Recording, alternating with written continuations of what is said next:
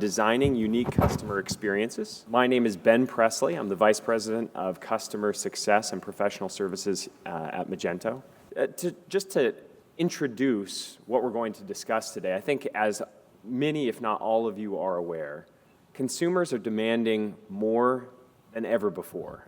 From the first touch impressions all the way through delivery, customers expect the highest quality service. They expect entertainment. They expect an efficient experience, and all at a very good value. And obviously, for merchants, that poses a serious set of challenges. So we have assembled an outstanding panel of experts, I will refer to them as, to share some best practices on how to embrace this hyper-competitive market landscape and how to efficiently and effectively engage and retain customers as well as drive growth. So with that, I'd like to introduce our panelists today. We'll go ahead and start with Jenna. Hi, everyone. I'm Jenna Fallon, and I'm the e-commerce director at Yakima Products. We're in the Pacific Northwest, and we sell outdoor equipment to get your gear from your car, your home, to your outdoor experience. And I've been at Yakima for about 4 years now. Sean Fisher, as you can see on the slide, Director of E-commerce at Signature Hardware. I've been there about 3.5 years. Hi, Bobby Farahi. I'm the co-founder with my wife, the other co-founder. I'm the CEO of a company called Dulls Kill. We're based in Bay Area, and the company was founded 4 years ago. Great. So let's dig in a little bit deeper. I'm going to start with Jenna. I'd love for you to tell us a little bit more about your company, and then in particular, as more and more brands have developed their direct-to-consumer channels, there's a lot of talk about channel conflict. I hear this every day from customers, concern about channel conflict. I feel like Yakima's done some very interesting things in that area, so tell us a little bit more about that. Yeah. So the outdoor industry is rooted in mom and pop shops and relationships, and our company is very sensitive to our partners and ensuring that we're building an entire marketplace. Yakima does not have our own retail store, so we rely on our partners and our partner sales associates to really drive the brand and drive the sales of the product. As we replatformed to Magento, it was important for us to be able to build in integrations to support the marketplace. We actually create a tool that's customization of your car within our website, and we have this module where we actually take the module and we can embed it in our retail partner site. So if you go to rei.com, one of our largest partners, you will go to the Yakima page and you'll see our Fit My Car tool within their website so that we are allowing the customer to get the best product experience, the best product imagery, video, and content that we provide embedded within our REI site so that we're supporting the REI partnership, the REI consumer. And we do this within our admin, and we have the ability to control it. So right now, today, we have about 30 partners across the country that have embedded our Fit My Car tool within their website. So although we are selling direct to consumer, we make sure that we are supporting the entire marketplace and really focus on being a research tool for the consumer today. So you're saying if I go to the Yakima site and I click for more information, or excuse me, to the REI site and I click for more information on Yakima, it will take me to your site, your product information. Yes, that's right. So it'll take you through the Fit My Car module. It will actually pull up the product pages on Yakima.com within the REI environment. So again, you see all of our awesome video, our photography. We've even rated products on how long the install will be and tried to take any complication out of the purchasing process and research process. That's super cool. Very interesting. I'll turn to Bobby now. Bobby, your business is predicated on customer segmentation and tailoring content for product selection to each of those customer segments. Can you share a little bit more about your business and that approach? Sure. So Dulls Kill is a cyber-only brand. We've never had a physical presence. Most of our customers probably haven't been to malls. They never were. We never had to transition them from mall to online. They are young enough where this is how they shop. In the early days of Dulls Kill, so Dulls Kill caters to, our tagline is for the misfits and mislegits. We cater to 18 to 25-year-old girls that express themselves through clothing and have a sense of individuality. And we took a lot of inspirations for the brand through countercultures, be it goth culture, punk culture, and in a way made them more approachable. And the way we did this is through the use of these personas, which we call dolls. Originally we had 4 dolls, now we have 5. Their names are Mercy, Darby, Coco, Willow, and our newest doll, her name is Candy, who's a raver who you'll find at EDC in a couple months here in Vegas. And the customers, so everything within the organization, we have about 100-person company now, and within the organization, everything is divided up within these dolls. So our buyers focus on a doll, our creative team focuses on a doll, and really deep knowledge of that segment. We never, again, Mercy's our goth segment, but we never called her goth. It's Mercy. And so our customers come to the site, shop by doll, they subscribe to emails by doll, everything is personalized to them. And what we also find interesting is that a lot of our customers cross between them. So we get a lot of, hey, I'm Mercy at night, but during the day I'm a little bit of Coco. So we're seeing a little bit of that happening too, which is interesting. Very cool. And Sean, finally, I know you guys are doing some very innovative things as it relates to First Touch, regardless of the channel that the sales takes place in, so that you have a full picture on the ROI of your campaigns. Can you talk a little bit about Signature Hardware's business and how you're looking at cross-channel and the metrics associated with that? Sure. So Signature Hardware is a pure play selling kitchen, bath, home items, founded in 1999 by a father and son team. The father was actually a commercial plumber. His father was a plumber, and his father was a plumber. So we have this really great, rich heritage based in northern Kentucky, in the Cincinnati metro area. One big challenge for us is that our customers are the polar opposite of Bobby's young, hip, with it, never had to go to a mall. We're 45 to 65-year-old women. They are used to the in-store experience. And who would have thought 17 years ago that you'd be buying a $3,000 bathtub online? I'm still shocked by it. And so there's a lot of consideration. The purchase journey usually takes about 6 months from the time when you start planning your bathroom renovation until you actually pull the trigger on a beautiful copper bathtub. So we need to try to stitch together this customer journey somehow. And it's a huge challenge for us. We're heavy in paid search, heavy acquisition-based organization, just due to the fact that you're doing a huge project. You're not likely to do that again soon. So we really need to go back and say, okay, 6 months ago, how did they find out about us? What was successful in acquiring this customer? Especially since they're going to call us in the meantime, ask questions about the products. Hey, does this tub fit with this faucet? What do you think about this? About 35% of our revenue, 40% of our revenue happens on the phone for pure play e-commerce. It's huge. So what we've done is actually captured the individual Google Analytics cookie for that user and stitched it back on the back end through a 6-digit alphanumeric code that stays with the customer on our site. So if you go to signaturehardware.com, you can see your web code in the bottom right-hand corner. And the customer service agent will actually capture that at the end of the call, and we can see their entire pathway digitally before they actually called in and made the sale. That's really cool. I salute you. So this is a great baseline. I mean, to understand your businesses and some of the innovative things that you guys are doing in terms of how you approach your customers.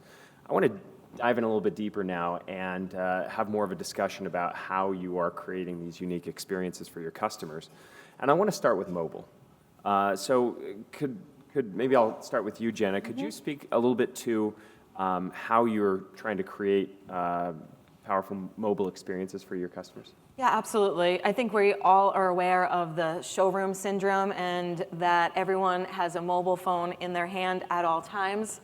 And they're in retail environments to see the product, to feel the product, but they might be buying it online or researching it for price. We know how important the retail digital experience is on the mobile phone, not only for customers, but also for our sales associates that are in all these different retailers that sell Yakima product. So our focus right now is we actually just launched a brand new Fit My Car tool 2 weeks ago, and we're working on improving the mobile experience because that is the #1 place people go to fit their vehicle on their mobile phone. We launched our site in July of last year, and we already see an increase in the AOV on online purchases due to making sure that our site is responsive, it looks really good mobile, and super easy to check out. So our AOV on mobile is $172 per purchase, and online on a desktop, it's at $200 right now. So we're focused on it, and we're continuing to improve it and evolve it. And as you all know, there's challenges with this, and we're trying to just break through some of the hurdles to do so. I actually think that what's really interesting is that you're taking mobile into the sales force. Yes. I feel like we've been talking to each other in this industry for year after year after year. What are we going to do about mobile? What are we going to do about mobile? And we're all hopefully making strides to connect with the consumer and what they need on mobile. But I think what we forgot, at least, and I imagine most of us forget, is that our organization needs to think mobile first. That's a big challenge for us this year. Again, when we get the customer service and sales team talking with a customer, they're on their desktop computer. And even though we have a responsive site, there are differences in how you think about the page. When they ask for the web code, it's not the bottom right-hand corner. You just scroll to the bottom. The SKU placement is different if they're keying in. If the customer's having trouble, we need to know that information, and we need to know that the customer's on mobile when they're having this. So really embedding a mobile-first philosophy all the way from the founder, CEO of the company through to the warehouse guys in the back, I think is incredibly important. And tying it to customer service is key. Absolutely. But yeah, that's a very good point. I mean, culturally, I recently asked our graphic team who sends, when they do a homepage mock-up, they send it for approval, and it was always sent the desktop version. And we recently said, hey, let's send the mobile version for approval, and then from that, make the desktop version. Yeah, But absolutely. So we have a responsive site, but as you said, AOVs are lower, conversions are lower. I don't think you're ever going to get a mobile site to the level of desktop. So what we've been focused on, almost to a fault, spending a lot of time on the strategy end of it for about 2 years, is on our mobile app. So a lot of thought has gone into what is our mobile app? I mean, with the idea being that we wanted the girl to go to her Instagram, go to her Snapchat, go to the Dolls Kill app. And how do we do that it becomes part of her daily routine? And so part of it was the shopping. And the shopping element, as I do or my engineers do, a lot of times we think, how do we make the purchase funnel more efficient? And one time my wife said, and I finally got it when she said this, she's like, you guys are trying to make this more efficient. We don't want it to be more efficient. That's like me telling you, let me make the basketball game more efficient to watch, just watch the highlights. We want to enjoy the process of shopping. So there was a lot of thought given to how do you make browsing a fun and engaging process. So, everything from this laid-back concept that, we thought of everything in. Everything should be able to be done with one finger as you hold the phone in bed. So everything in our app was designed in that way. And then, so that's from a shopping side, just being able to flip through products and the ease of that. And then the second part of that was we wanted to take what was already happening on other platforms and bring that into our own app. So we already knew the conversation that was being had on Instagram, the type of things people were sharing on Snapchat, and the feedback they were getting from each other. So our app, we wanted it to have a social element. So unfortunately, it's not launched. I would say, let's go download it, but it's something we've been working on for a long time, and hopefully in the next month, we're going to launch it.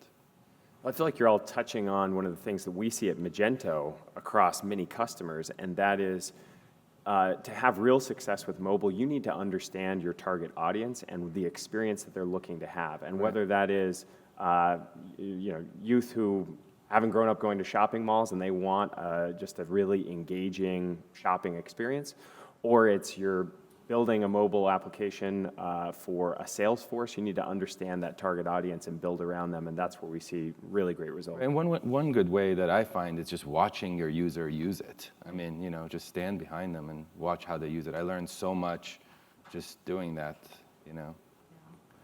So along those same lines, product fit is critical to each of your businesses. I'd love to ask you, Sean, can you share how you're tackling this important aspect of customer journey to drive confidence and conversions? Like you said, you're selling $3,000 bathtubs online. That's got to require some work. It requires a lot of work, especially because we don't sell Kohler, Moen. We work directly with manufacturers. We sell signature hardware products.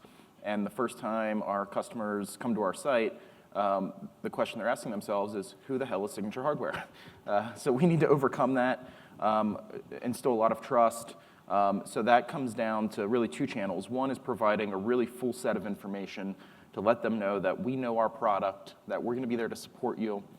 So that is installation instructions, blowout diagrams of the pieces and parts, more information about the materials that we use, to really give them and their contractor, a lot of confidence that they're going to be able to install this right, and they won't need to call us 10 times. The other one that we're increasingly putting emphasis on is product reviews. Really critical in our business. It's a really high involvement product, right? I wouldn't want to buy I don't buy anything without product reviews, but I don't think many people, would buy a $1,000, $2,000 bathroom fixture without knowing that there are other people out there who have this product, who love it, who can evangelize for it. So this 2016, one of our major themes is how can we get more product reviews, how can we get better product reviews, and how can we better utilize those product reviews not only on the product page, but throughout the site. As they go through this journey, it takes 6 months, and they're looking at category pages in the home page. We want to bubble up all this social confidence to help them make the right decision, which is Signature Hardware. We also have something very similar where we have to instill that confidence immediately in first-time buyers or very novice-type buyers. We are selling products that you can put your favorite bike on the back of your car or the top of your car, and these are things that are really important to people. People love their gear, and just like you said, reviews are important. Product videos and photography is critical, and then also giving the confidence to the consumer by telling them, install time. We've ranked every product on our site. How long will it take you to install? Is it easy, moderate, difficult? And when you receive the product, are there bolts and screws, or is it you just take it out of the box and install it in your car? So for those first-time buyers and those buyers that might not be frequent repeat purchasers for the types of products we both sell, you really have to get them the first time, second time to your site, and the combination of content and confidence is the focus for sure. It's interesting, our audience so different. I mean, I'm convinced our audience cannot read more than 140 characters. And we can write in product description, blah, blah, blah, blah, blah, doesn't matter. It's all about the images and the video that they see. So what we've done is integrated social in many ways into our product pages. So through our partner Olapic, we gather Instagram images where our products are worn by our customers, bring those into the product pages. That's a big part of it. And then the other, we have videos on our product pages, and most fashion sites, the video is this girl walking down the runway, and what we decided to do was bring that Snapchat. Snapchat is huge for us right now. I mean, that's where our audience is spending a lot of time. So we wanted to bring that into our product pages. So the way we did that is we had these little clips of the girls. We have this Be a Doll model, program where every girl that's a model on the site is a customer. And so when they're there taking pictures of the outfit, they're also snapping all day long. And we take those segments of those snaps and put them on those product pages. Well, so turning again back to you, Bobby, that's very interesting in terms of how you are, because content is such an important part of all of your businesses, but yours in particular. This approach to blending content and commerce is particularly critical, and folding in social into that. Right. Can you tell us a little bit more about your approach to content, commerce, and social? Sure. I think for us, a big part of the brand and what it represents and the content that's created around it is the authenticity of it. So and Snapchat is a channel that forces you to do that, is kind of be fully transparent. So if you're transparent and people are seeing it, it's got to be real. So yeah, I mean, we have our Be a Doll program, which every model is a customer. We bring them in. They're part of the community. They themselves are on their social channels talking about being at Dolls Kill. Once they're at Dolls Kill, all the content that's created, you know, is around that. And then the other thing that we do is a lot of just content at events. And, you know, again, it's not staged. So, you know, at EDC, we're going to have X number of girls that are out partying, wearing Dolls Kill outfits, and photographers and videographers following them, capturing that. And I think that's what our audience wants to see. You're saying not like on the runway. You're saying they're partying. More of the partying situation. They're partying. Backstage, the more authentic. They're drunk. They're partying. They're you know, they're having a good time, and it's being captured, and that's what our audience wants to see. I love how authentic that is. Yeah. And I think it just is really illustrating the point that you have to know your customer in order to know how you approach social and, you know, obviously every other part of your business as well. So we actually have a niche social network called House that's really important to us.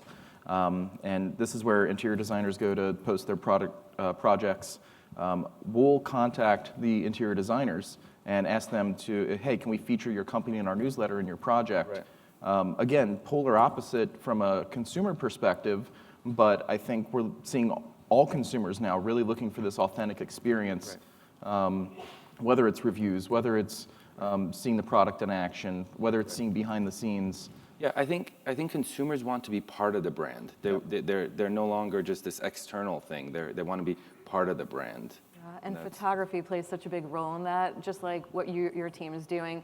We use real people out doing outdoorsy type things, whether they're on a bike or they're going for a hike. So all of the photography across Yakima and our social networks is real people, and we just throw a photographer with them to just follow along what they're doing, and right. We try to bring all that imagery together across social and even on the product pages, and really connect the dots between the product and what you're going to be doing with the product, and having that consumer visualize themselves in that setting and aspire them to buy the product. Yeah, I think if you think about what brand has done that really well, it's GoPro, right? I mean, right. They've just done such a tremendous job building that lifestyle through content. And, you know, they're selling a camera, but it was never about the camera. It was about the content.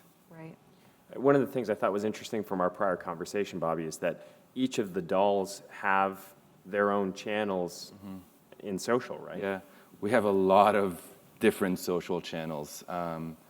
It's not just the Dolls Kill main Instagram channel. There's probably about 10 different Instagram channels that all feed into it.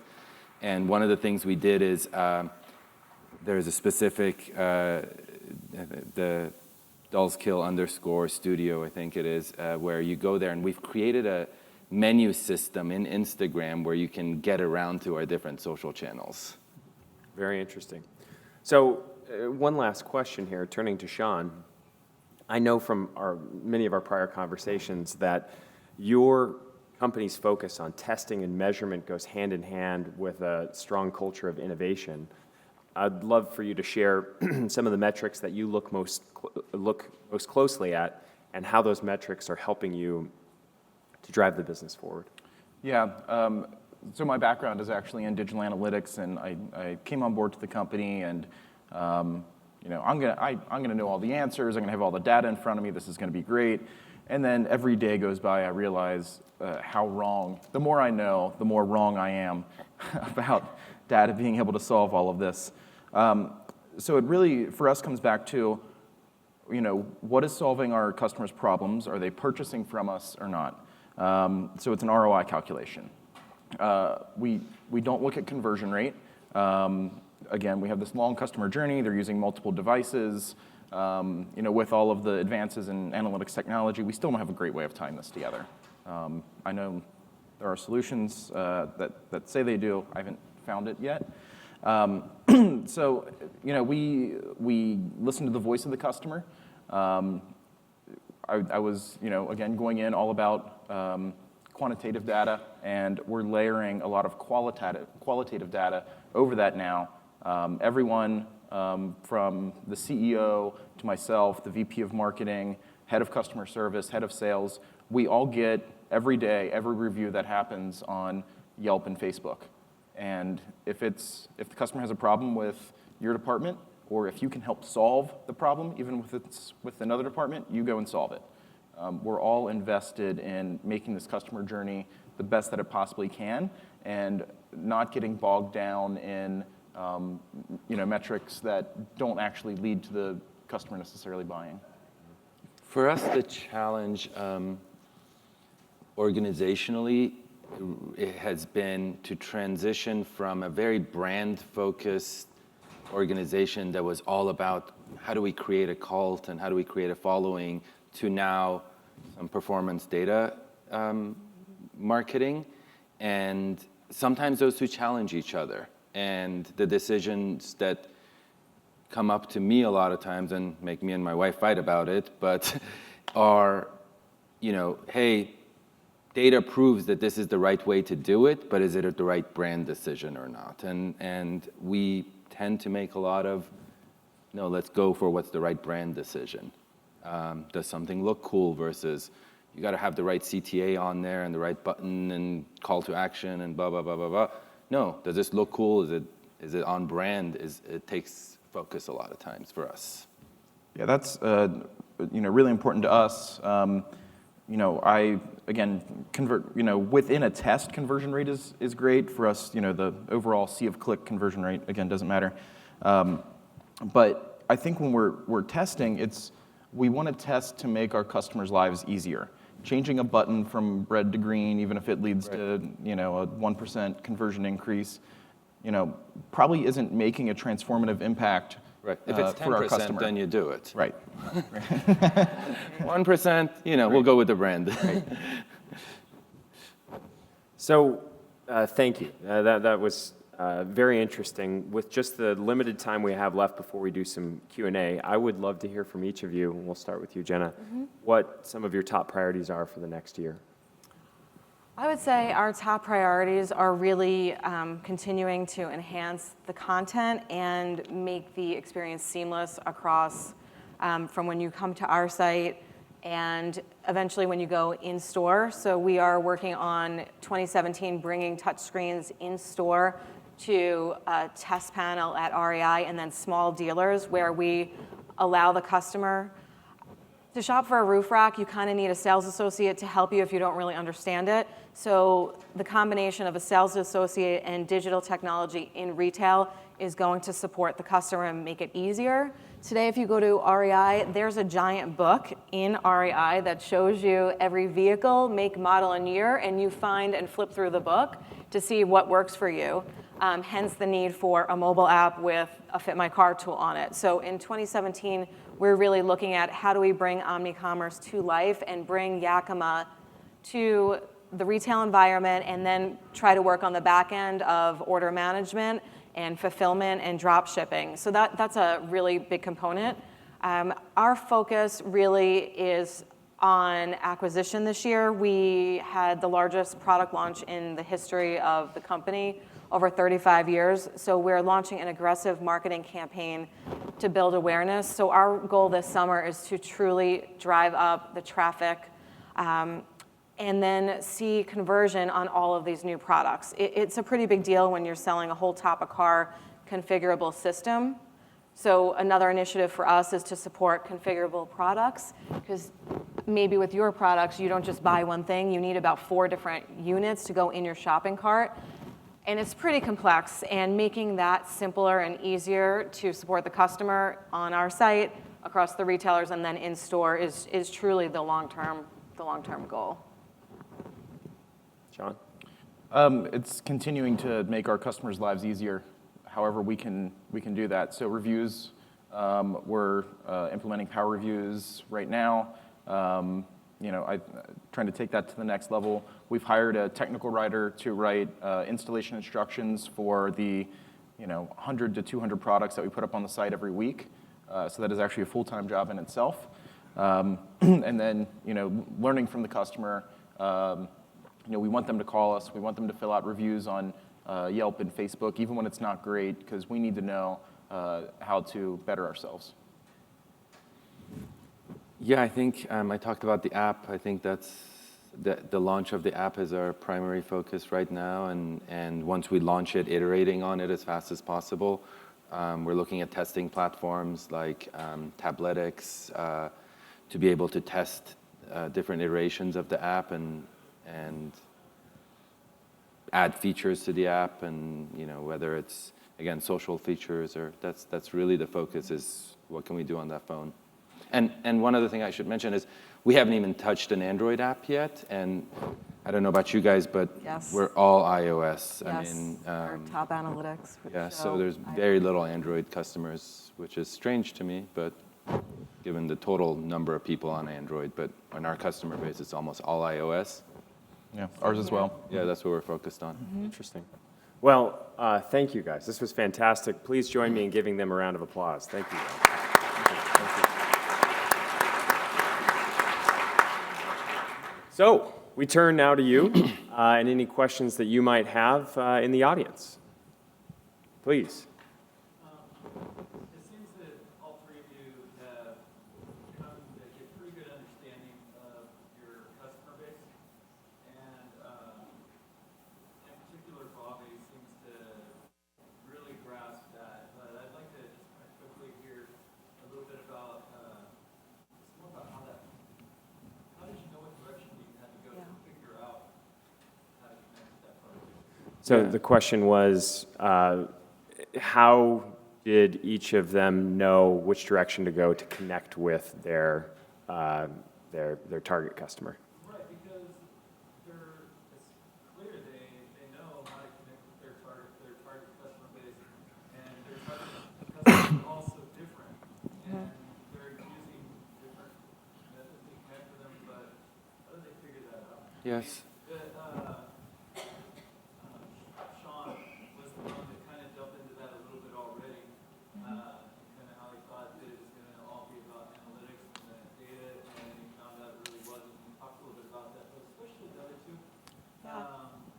Jenna, do you want to start? Yeah, I could start with that. So Yakima has people that have been in the organization for a very long time because people are extremely passionate about the outdoor industry and what we do, and the people who make the product are the users. And I say that because it's so important to understand the consumer, because if you think consumer first and you have people within the organization that think like the consumer, you're going to get that competitive edge. So I think that definitely helps us. When we were about to redesign and relaunch the website, we did 2 projects that really helped drive the success of our site. One was a consumer journey map that had, we basically workshopped as teams across cross-functional business units and brought in representative for a 2-day session to go through the consumer journey map from when does a customer even become aware of this product, when do they decide that they're interested, and what does the research phase look like, and the whole cycle. And parallel to that, we did a customer journey map, which was, persona mapping, which wasn't done in the organization for about 5 years. So we identified who are the 5 core categories we want to go out for: the outdoor consumer, the family outdoor, hunt and fish, the cyclist, and really identify who those people are, write personas of who those people are, and then write personas on how engaged in mobile and technology are they, and really hone in on each one. When we went to build the site and build the content, we made sure we had landing pages for each of these consumer personas so that we're mapping directly to them. And over time, we will be building content specific to those personas. And as we build product, we're building product collections relevant to those personas. So we changed the mindset of the organization to think through the lens of the persona, from building the product all the way to bringing it to the front end. Yeah, so for us, I went headstrong into, data that would be in Google Analytics first, and I have to admit that I'm a bit of a data addict, so I needed to find another way to get my fix. So we actually did a consumer research study amongst our customers, sent out 3,000 of our customers a survey, incentivized them with a gift card to answer, and it delved into who are you, what do you like to do, tell us about your house, your family, your life, and we got so much rich data from that to really zero in on not only how they interact with us, but how they interact with the rest of the world, right? Are they are our older female consumers into gardening, or our construction segment, into sports or something else, and how can we instill those interests back into our brand? So, for us, following an engagement preceded traffic and conversions. So with that came feedback. I think as online businesses looked at their business through analytics, what was missing is that element of the person walking into the store where you could talk to them, see what they're wearing, what kind of car are they driving, just so much color to who that person is. And that is missing from all the analytics that you look at. So for us, the social networks allowed us to do that. I mean, if you look at our Instagram posts, we'll put a picture up and get, 15,000 likes and 1,000 comments. And those 1,000 comments, each of them is a customer that not only are we seeing what she's saying, and our philosophy is good or bad, as long as they're talking, it's good. And a lot of times you do have bad comments, but that feedback we're getting live, then you can click through to them and actually see them, which is invaluable, right? I mean, see their pictures and what are they doing and where are they at. And we spend a lot of time and have teams in the organization that do that. And as I said, by dividing up into these personas, like you guys have, I think that was a critical part of it, is we're able to have teams that are focused on a specific portion of our customer base. I will actually quickly add, you heard Mark Lavelle in the keynote mention that Magento just went through this experience. As with the acquisition and the change, there, we wanted to take a fresh look. Who are we? What is our brand? And in some cases we have very large, Coca-Cola. In other cases we have a mom and pop shop that's starting a business, and lots of businesses in between. And so, what is our brand about? And we engaged an outside agency. We talked to tons of our customers, talked with our partners, looked at the use cases, and digging into all that data, the theme that emerged was trailblazers, innovators, people who are trying to do really interesting things online. That's Magento's target. And it's helpful. Once you know who really you should be focused on, what your solution's a good fit for, it gives you so much purpose and direction. So great question. Any other questions? We'll go here and then in the very back. Touch on a composite customer good experience and just price. What's the cheapest price? You guys Can touch on the question is, touch on a composite customer including price, a composite customer experience including price. a good experience versus just bottom price. Okay. The customer just goes in and just wants the cheapest price. They don't care about the experience. They're just looking for it to save money. I guess we look at it in AOV. Is that what you're referring to? Yeah, our AOV is $120.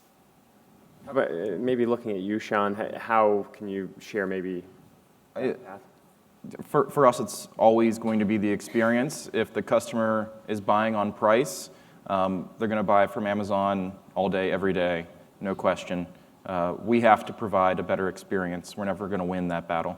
Same here, and I think that's a constant conversation that we all have, that we don't even try to win on price, and with Yakima, we're never on sale and we don't do free shipping. So if the customer wants to buy from us, they're buying from us because they want to buy directly from the manufacturer. They know we have the selection, but we can't compete on price. It's interesting that you guys divert traffic to your partners too, because by doing that, you're losing a large portion of your revenues, right? Yes, we are losing a large portion of our revenue, but as our organization sees it, It's all, our site is just basically the core of the entire marketplace, and it's important to make sure that we're feeding those retailers and keeping the brand alive. Yep. So that people do see it in store and across the marketplace. Yeah, because for us, I mean, we carry we're a multi-brand retailer, and some of the brands that we carry, when we feel like they're competing with us, it's the worst feeling Exactly. as a retailer. Right. To the back of the room there.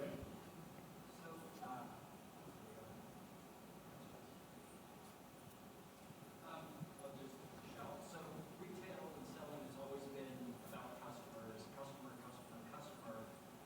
What are you guys seeing that maybe is different from just that traditional, focus that retail and something has always had to, this customer seems to be even more at the center of what we all have to consider? I think that demands from the customers have risen because of us in this room. They want it all. They want it now. It has to be perfect. And if any part of that's messed up, they're calling into our customer service team and letting us know. Right, and Yeah. they expect almost personalization all the time right now. And I could say from ourselves, we are trying to continuously advance and meet the needs of the customer, but we are behind because they are so demanding. And every day I work very closely with customer service and hear from customers when things aren't working 100% and they're disappointed. So really a lot of the change is customers having such a large voice across all of our Facebook pages and social media and our customer service team, so that if someone's angry or unhappy, the entire world can know about it now. Yeah, I think for Gen X and Y, they want to be part of the brand. So it's not, by making that purchase, they're signing up to be part of a brand, and I think that's what's changed. One thing I would add to this, we had a consultant come in and speak to Magento and a group of our partners, and the consultant summed it up really well. So on the one hand, our merchants obviously have cost pressures working against them, especially from Amazon, but on the flip side, the way this consultant put it is, we live in a culture of, I don't want a something, I want the something. Right. And that's a big shift over time in terms of commerce, and it's powerful for the merchant if you can create an engaging experience, because then you have created the impression that they need that one, this one, the one, as opposed to just a something where price is going to rule the day. Right. I mean, what we actually realize is that when our customers purchasing a clothing item or shoe item, they're not purchasing that, they're purchasing what they can do from an experience standpoint. And part of that experience for our customer is taking a picture of it and posting it on their social channels. And that's part of what they're buying. So we think about, in our product design group, we think about what is this item going to look like on a 4-inch screen as part of that process. And yeah, they're buying that experience of doing that. And the other interesting part is, as a result, they're buying more than they would, back before all this social stuff. A girl might wear an outfit to a party and go, okay, I'm going to another party, and the people that saw me at this party aren't at that party. I can repeat the outfit. Now, once it's on Instagram, it's over. So it's got one use. So we have time for one more question. We'll come here. Sorry, you can come up afterwards if you have more questions. How do you track cross-channel attribution, not just last month? So is there a tool or a series of tools that you use? You got that one. Track and see how people get to your site? So It's kind of a ping pong effect, so go here, come back, and it's never a straight shot. Right. it's a good question. Customer journey will touch lots of different channels during its course. So the question is, how do you track this multi-channel journey to purchase instead of just a last touch attribution approach? Sean, you touched on this just a little bit in the beginning, but can you dig in a little bit deeper on what you guys do there? We try to guess really well. So, that is one of the biggest challenges that we face. And to be honest, we haven't found a great way to do it. So we try to piecemeal together all these, if they're calling in on the phone, we have that web code piece. But as they ping pong back and forth and they open our email on their phone at work, they go home to their significant other and pull out the iPad and see what they were thinking of. They go to work, and instead of working, spend it shopping and buying. Our best sales time is around noon on a Monday. That's our worst sales time. They're Sleeping still. yeah, so it's it's really difficult, but we've moved to an any-click attribution model. So we're going to go ahead and say, hey, if we know that we have an indicator that you came through this particular campaign, we're going to go ahead and give that campaign 100% credit no matter where you hit, because we're losing so much data that we think we're probably only capturing 25% of the customer journey. So we'll go ahead and add a cumulative 200 or 300% attribution across multiple channels and do our best at guessing what's working, and it really helps to identify the dogs that just aren't working, and we can defund and add the funds elsewhere. I think more important, I mean, I don't think there's a right way to do it. I think the most important thing is pick away and do it. As we looked at our attribution model, it was like, how much credit do you give first touch? How much credit do you give last touch? How much credit do you give that middle touch? And just, you're pulling it out of the air, but as long as you're picking away and then staying consistent with it, that's more data than you would by not picking away. Well, we're out of time. Thank you again to our panelists, and thanks to all of you for your great questions. How about one more round of applause for them? Thank you.